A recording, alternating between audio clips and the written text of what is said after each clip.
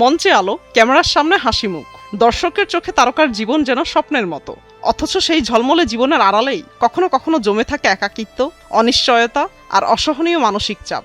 সাম্প্রতিক কয়েকটি তারকার আত্মহত্যার ঘটনা আবারও সেই অস্বস্তিকর প্রশ্ন সামনে এনেছে। খ্যাতিমান মানুষরাও কি ভেতরে ভেতরে ভেঙে পড়ছেন?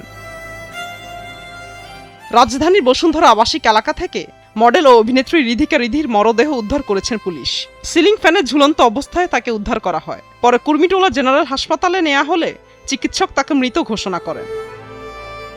পুলিশ ও পরিবারের সূত্রে জানা যায়, রিধি তার প্রেমিককে ভিডিও কলে রেখে গলায় ফাঁস দিয়ে আত্মহত্যা করেছেন। এ ঘটনায় রিধির মা বাদী হয়ে ভাটারা থানায় আত্মহত্যায় প্ররোচনার একটি মামলা করেন। পরে তার প্রেমিক হাসিবুর রহমানকে আটক করে পুলিশ।